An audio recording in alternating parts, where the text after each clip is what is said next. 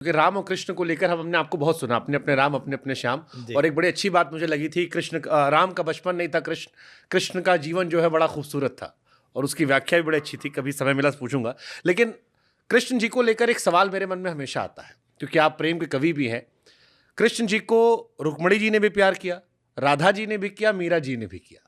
कई सारी फिल्में भी आती हैं, जिसमें अभी हमने एक प्रियंका चोपड़ा की पिक्चर देखी थी, उसमें उन्होंने कहा कि लोग तो प्रेयसी को याद रखते हैं, पत्नी कितनी भी अच्छी हो। और बड़ी हिट फिल्म गई, उसका डायलॉग बड़ा अच्छा था कृष्ण संवाद को लेकर।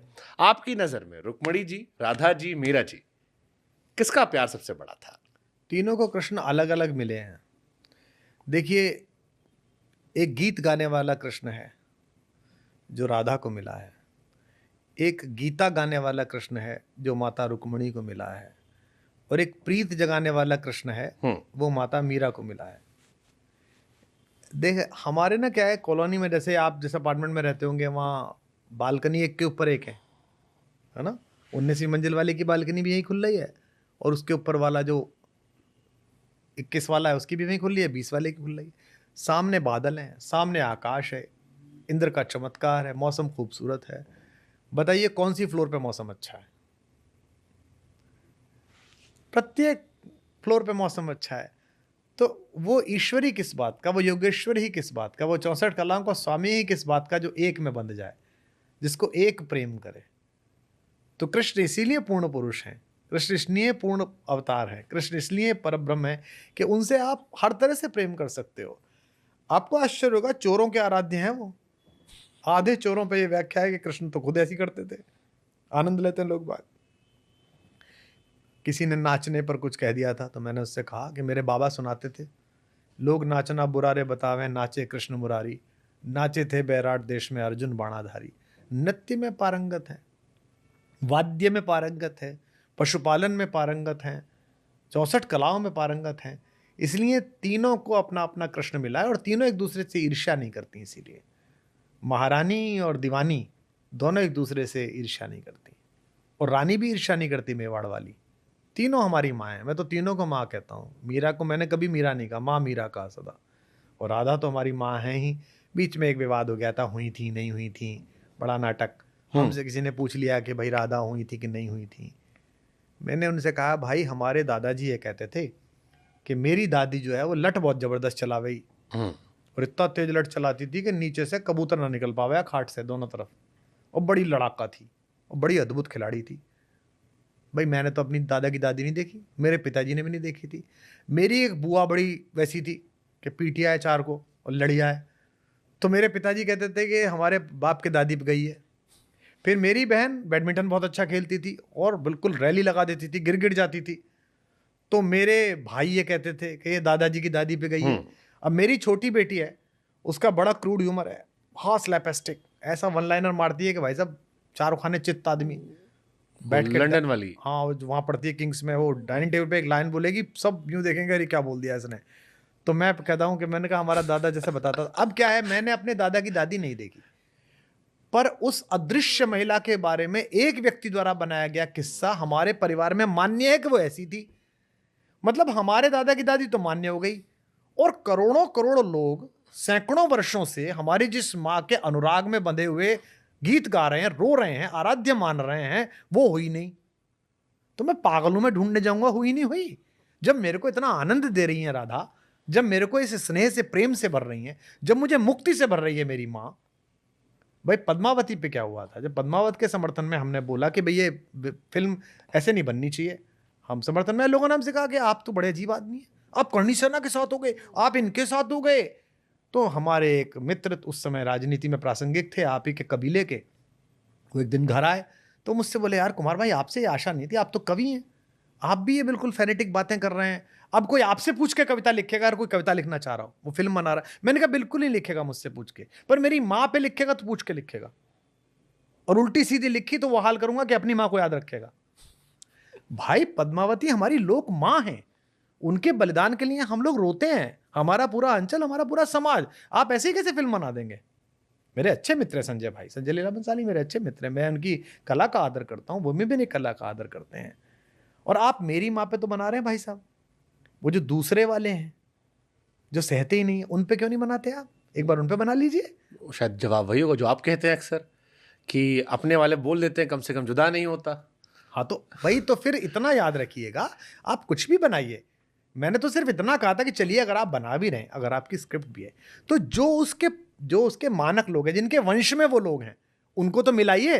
ट्रू, हाँ ये तो जायज़ महेंद्र बात। सिंह जी मेवाड़ से तो मिलाइए, जायज़ बात श्री है। जी से तो मिलाइए, लक्ष्यराज जी से तो मिलाइए, जाके बात कराइए, उनसे बताइए, दिखाइए। उनके यहाँ वीर सत्सई की परंपरा है, वो अपने 15 आदमी बिठाएंगे। क्यों नहीं चाहेंगे वो कि उनकी अपनी माँ के ऊपर एक अच्छी फिल्म बने? सही बात है। कौन नहीं? मैंने अभी कहा ना कि आद्य शंकराचार्य पे मेरा बड़ा मन है, तो कोई हिंदू तो विरोध करेगा नहीं, सनातनी तो नहीं कहेगा यार कुमार शाह तू बना मत देना, मार दूंगा तुझे, कि उसे पता है कि मैं बनाऊं, और मैं जिस दिन जो काम करूंगा मैं सोच समझ के करूंगा। तो इतना सा कहना था, बस इतनी सी बात है। अच्छा, एक सवाल मेरे मन में, क्योंकि धर्म की बड़ी बातें हो रही हैं, हिंदुज़म को लेकर सुप्रीम कोर्ट की अक्सर एक लाइन कोट की जाती है कि Hinduism is a way of life, कोई रिलीजन नहीं है हिंदुज़म। फिर इतिहास के छात्र के नाते वो एक कहानी सुनाई पड़ती कि अंग्रेज आए थे तो ये हिंदू वर्ड वहाँ से लेके आए थे। हिंदू तो कुछ था ही नहीं, सिंधु नदी के किनारे जो रहते थे उनको सिंधु करते करते हिंदू हिंदू सारी कहानी आती है। सनातन धर्म और हिंदू धर्म एक है, या हिंदू कोई धर्म भी है या नहीं है, या सुप्रीम कोर्ट वाली लाइन है कि it's a way of life? ये बड़ा कॉम्प्लिकेटेड कंफ्यूजिंग स्थिति है। पहली बात तो माननीय उच्चतम न्यायालय के प्रति पूरा आदर और उसकी लोकतांत्रिक अस्तित्व जो है उसके प्रति संपूर्ण सहमति के बाद भी मैं ये कहना चाहूँगा कि मैं अपनी संस्कृति के बारे में उनकी व्याख्याओं को अंतिम मानूं, ये बाध्यकारी नहीं है। वहाँ तो मार्कंडेय जी जैसे लोग भी बैठे थे जिनके ट्वीट आप पढ़ नहीं सकते। सही बात है। मतलब मैं उनका निरादर नहीं कर रहा, वो भी तो मनुष्य हैं जो वहाँ बैठे हैं, और वहाँ क्या क्या हुआ है हमने देखा है। वहाँ के लोग कैसे कैसे मैनेज होके कहाँ कहाँ पहुँचे हमें पता है, अभी भी पहुँचे हुए हैं, अब आगे भी पहुँचेंगे। हाँ।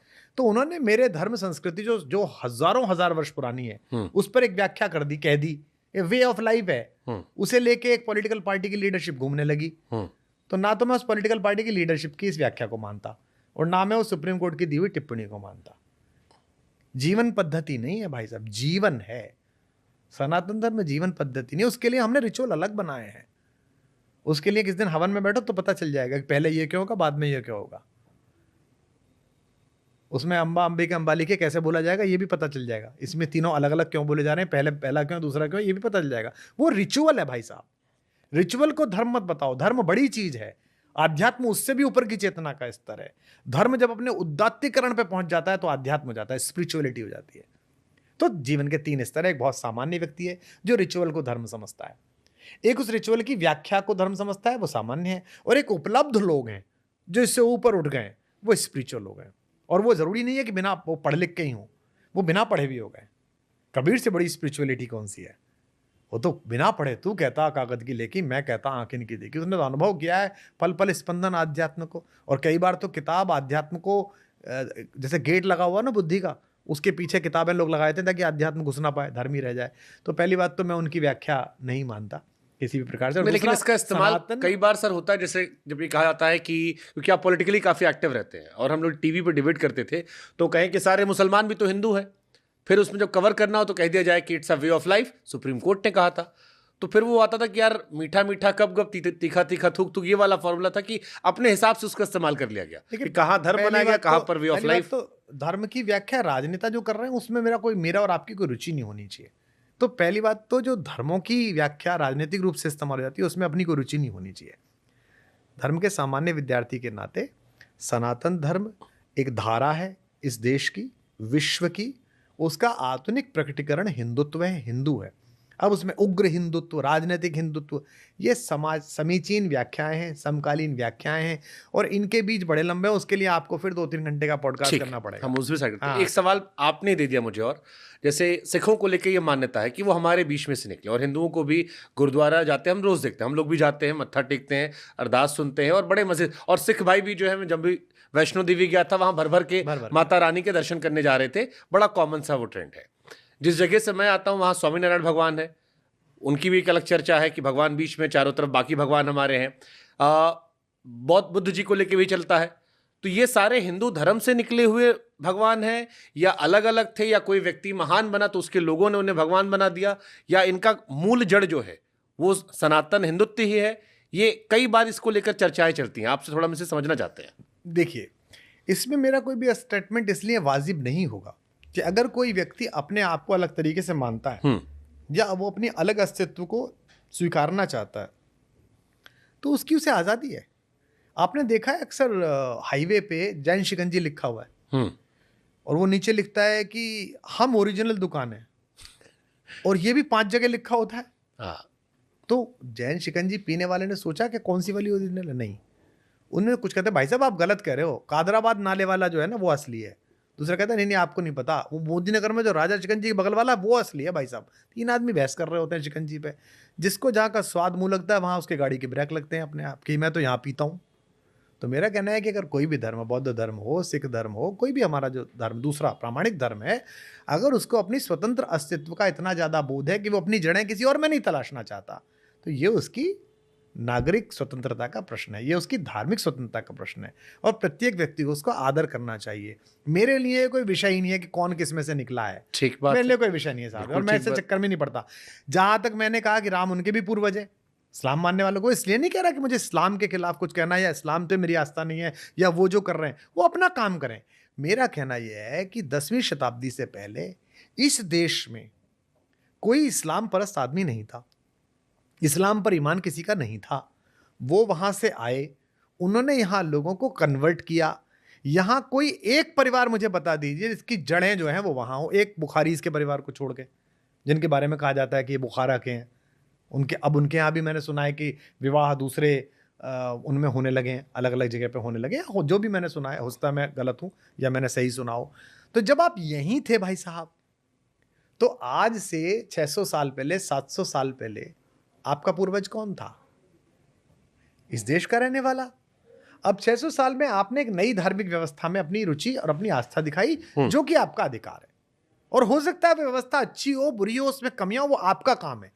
उसके लिए आपके मदरसे हैं, हदीस हैं, मौलाना हैं, वो सब अलग हैं, उनके प्रति भी बहुत आदर है, वो अच्छा काम कर रहे हैं और अच्छा काम करें। ठीक, जायज़ बात आपकी। लेकिन अब ये कहना कि सब नहीं, हम तो, अब जैसे मेरे को पाकिस्तान के मेरे दोस्त मिलते हैं, तो मेरे 2 दोस्त बच्चे जैसे, मैंने उनसे कहा बेटा अपने लोगों को समझाओ कि वो मिसाइल बना रहे हैं, अच्छी बात है, चलो भारत से बचने के लिए, भारत उनसे बचने के लिए मिसाइल बना रहा है, नाम क्या रख रहे हैं? गजनी। तुम्हारे पैदा हुआ था गजनी? अब तुम्हारी सीमाओं के पल्ली पार से आया था, और जब आया था तो मेरे परदादा के परदादा के परदादा के परदादा को भी मारा था और तेरे को भी मारा था।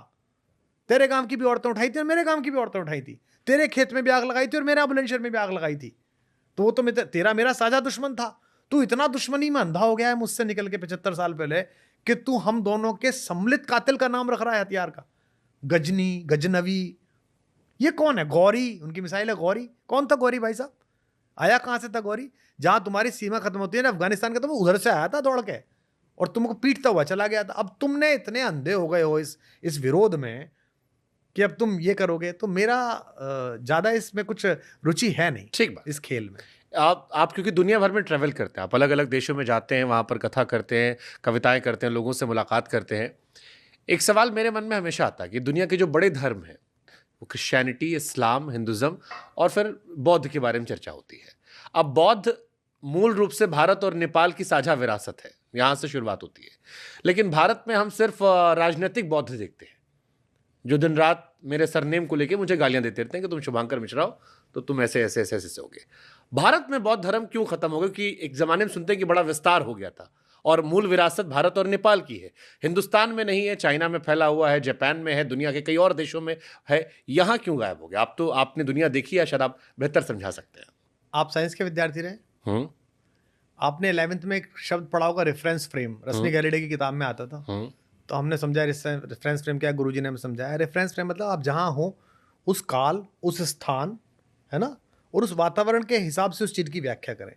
जैसे भारत का इस्लाम सऊदी अरब के इस्लाम से अलग है, लोग अलग है, एक जैसा नहीं है, बिल्कुल अलग है। हमारा एक दोस्त है, वो मुसलमान है, उसकी माँ इस्लामिक टीचिंग्स की प्रीचर है, जो भी उर्दू में उसे कहते हैं। वो एक दिन उसके घर पे आई थी, वो अलग फ्लैट में रहता था, रात को पार्टी हुई होगी शनिवार को, बियर की बोतल पड़ी थी, गंदा वंदा उसका बदबू मार रहा था फ्लैट। तो उसकी माँ उपदेश दे के आई थी मस्जिद से, जहाँ से जाते हो। उन्होंने कहा कि नालायक है तू, ऐसे रहता है, गंदे तरीके से रहता है, तू पिछले जन्म में कुत्ता रहा होगा।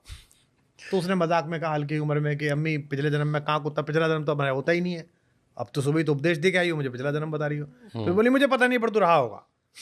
इसका मतलब क्या है? अम्मी बेसिकली हिंदुस्तानी है, इस्लाम मानने वाली हिंदुस्तानी है। तो हिंदुस्तान का बौद्ध धर्म अलग है और विश्व का बौद्ध धर्म अलग है। हिंदुस्तान का बौद्ध धर्म हमारे संविधान निर्माता बाबा साहब अंबेडकर की व्याख्याओं के बाद बहुत परिवर्तित हुआ। और जो आप कह रहे हैं मुझे गाली दी जा रही है, इसे ध्यान से देखिए शुभंकर, दलित का जो कष्ट है, दलित का और स्त्री का जो कष्ट है, वो शुभंकर मिश्रा होकर नहीं समझा जा सकता, सहमत हूं मैं। विश्वास कुमार शर्मा होकर नहीं समझा जा सकता। हमें पता ही नहीं है, स्त्री का कष्ट आपको पता ही नहीं है। जो आपके साथ काम करने वाली बच्चियां हैं, इनसे कभी खुले मन से पूछिएगा, इन्होंने बचपन से जो निगाहें सही हैं, बचपन से जो चीजें सही हैं, इन्होंने जो स्पर्श सहे हैं, इन्हें जो लिजलिजे प्रस्ताव इन्होंने देखे हैं, उसने इनकी प्रतिक्रियाओं को गढ़ा है। ये अगर इस नाराजगी से भरी हुई है पुरुषों के खिलाफ, तो इसकी पूरी व्याख्या समझिएगा, दलित की व्याख्या समझिएगा, कितने हजारों वर्षों तक इस पूरी व्यवस्था ने उनको किस हाशिए पर रखा है, उनके साथ क्या क्या किया है कि उन्होंने हर बार अपने जन्म और इस जाति में जन्म होने के कारण उन्हें बार बार इस पर विचार हुआ है। तो अब अगर चीजें जब बराबरी पे आ रही हैं थोड़ी थोड़ी, उसमें कुछ प्रतिक्रियाओं के शेड बचे रह गए हैं, तो उस पर सवर्णों को इतना नहीं कुल बुलाना चाहिए बॉस। अगर माँ बाप की छोड़ी हुई जायदाद का आप मजा लेना चाहते तो उनके छोड़े हुए कर्जे का भुगतान भी आपके औलादों को करना पड़ेगा। ऐसा तो हो नहीं लगा कि बैंक का पैसा ले लिया, पिताजी मर गए, मैं कहाँ से दूं, मकान किराए पे यही चला जाएगा, अभी इसकी लग जाएगी अभी बोली। तो इसलिए उस कष्ट को, हाँ उसमें प्रतिक्रिया भी होती है बहुत ज़्यादा, जैसे मेरे साथ भी 2-4 बार होती है। तो मैंने 2-4 लोगों से कहा कि भाई मैं ब्राह्मण पैदा हुआ, इसमें मेरा कोई अधिकार ही नहीं था, इस व्यवस्था में मेरी कुछ चली ही नहीं। मेरे पिताजी ब्राह्मण थे, माता ब्राह्मण थी, मैं ब्राह्मण पैदा हो गए, इसमें मैं क्या करूँ? आप दलित पैदा हुए, इसमें आपका भी कोई दोष नहीं था। तो इसके लिए क्या करना चाहिए? शासन को व्यवस्था करनी चाहिए, शासन ने व्यवस्था करी है कि उनको हो ना, उनके प्रति कोई खराब बात ना बोले, उनके विषय में ये जातिगत टिप्पणी ना करी जाए, उन्हें पीछा ना समझा जाए, और अगर वो पीछे हैं तो उनको बाकी समाज की अन्य परंपराओं के साथ खड़े होने के लिए जो भी परिवार में हल्के से पीछे पड़ गए बच्चे को दिया जाता है, जिसको हरारत हो, बुखार हो, उसको दूध अलग पिलाया जाता है, उसके लिए अलग जो है वो मुनक्के डाले जाते हैं ताकि इसका पेट साफ हो, उसके लिए सेब लाए जाते हैं, नाशपाती लाई जाती है, वो किया जाना चाहिए और वो किया जा रहा है। तो इसलिए दलितों के और स्त्रियों के विषय पर मैं ये मानता हूँ, और अभी भी लोगों को लगता है ना कि हो गया है, अब तो हो गया है। आपके यहाँ हो गया है सर, नोएडा में हो गया होगा, फरीदाबाद हो गया होगा, गाँव चले जाइए, नहीं हुआ है अभी भी है, नहीं अभी बहुत है। और वो कैसे होगा? वो सरकारों से नहीं होगा, वो समाजों को इनके विषय में सचेत होना पड़ेगा। अब प्रश्न कैसे उठता है, मेरी बेटी, छोटी बेटी, जब वो दिल्ली में पढ़ती थी तो ये बच्चे एक दूसरे के घर रुकते हैं ना, नाइट स्टे करते हैं, सारे बच्चे इसके रुक गए, फिर सारे बच्चे इसके रुक गए। तो एक दिन किसी बच्चे क्या रुकी होगी, वो 7th 8th में पढ़ती थी शायद, या 8th में पढ़ती थी। एक दिन मुझसे आके पूछा, उसने कहा पापा ये ST क्या कास्ट होती है? तो मैंने कहा बेटा कास्ट नहीं होती है, कास्ट्स होती हैं। बोले कैसे? तो मैंने समझाया कि भाई हमारा जब संविधान बना तो हमने व्यवस्था की, तो एक शेड्यूल्ड लिस्ट बनाई हमने, उस लिस्ट में जो कास्ट गई, जो ट्राइब्स गई, उनका नाम लिखा, जो कि वो समाज में आज़ादी से पहले जो ट्रीटमेंट था वो ख़राब था, ताकि वो मुख्य धारा में आके पूरे देश को एक साथ बलवान बना सकें हमारे चारों वर्ण। इसकी व्यवस्था हमारे संविधान निर्माताओं ने की, हमारे पूज्य पुरुषों ने की, हमारे क्रांतिकारियों ने जिन्होंने इस देश को गढ़ा उन्होंने की। तो वो पीछे थे। तो बोली पर पापा मैं ईशानी के घर गई थी, पर वो तो हमसे भी बड़े घर में रहते हैं, उनके पास तो हमारे से बड़ी कार है, अंकल आंटी तो बहुत बड़े बड़े सॉलिटर पहनते हैं। तो मैंने कहा बेटा वो अभी पहनते हैं, उनसे 3 जनरेशन पहले नहीं पहनते थे, 2 जनरेशन नहीं पहनते थे, फिर ईशानी को क्यों इसका वो मिलना चाहिए, लाभ मिलना चाहिए? ये क्वेश्चन है उसके मन में आया है। लेकिन ईशानी का परिवार ST नहीं है, ST तो बहुत है। ईशानी का परिवार ही SC नहीं है, SC तो बहुत है। तो उसमें थोड़ी सी कमियां होंगी, थोड़े कॉम्प्लिकेशंस आएंगे बॉस। लेकिन जैसे कहते हैं ना कि इतने पत्थर मारने के बाद आप पे ज़रा सी धूल उड़ी और आपके कालीन गंदे हो गए। ये थोड़ी सी रिएक्शन चल रही है, ये ख़त्म होगी, ये ख़त्म धीमे धीमे होगी। जिस दिन भरोसा बैठ जाएगा मनुष्यता के एक पूरे वर्ग को व्यवस्था ने, जो कि सनातन धर्म की नहीं थी बॉस, फिर कह रहा हूं, जो 1000 साल इस देश में संस्कृतियां आई, उन्होंने जाति बनाई, हमारे यहां नहीं थी जाति। सनातन धर्म में कोई जाति इस तरह की नहीं थी, कर्म के कारण थी। चातुर्वर्ण मया सृष्टि गुण कर्म विभागशः, गुण और कर्म के कारण थी। आप इसलिए नहीं कि आप मिश्रा जी के लड़के में इसलिए मिश्रा हो गए, नहीं जी, पढ़ोगे लिखोगे, दान देना दान लेना, विद्या देना विद्या लेना, यज्ञ करना यज्ञ कराना, 4 काम होते हैं तो ब्राह्मण हो, नहीं तो नहीं हो, दूसरा काम करो। तो ऐसे व्यवस्था थी। रूढ़ हो गई, जैसे भी हुई, अब उसे सुधारना मेरे आपके जिम्मे है, पीढ़ियों के जिम्मे है। और मैं आशा करता हूँ कि अगले कुछ वर्षों में इस देश में ऐसी चेतना का संचार होगा कि हम इस प्रसंग से बाहर निकल पाएंगे, समरस भाव से हम जी रहे होंगे। सामाजिक विषय पर आपने बिटिया का एग्जाम्पल देके बहुत गहरी बात समझाई है। ये चर्चा काफ़ी सोशल मीडिया पे चलती है।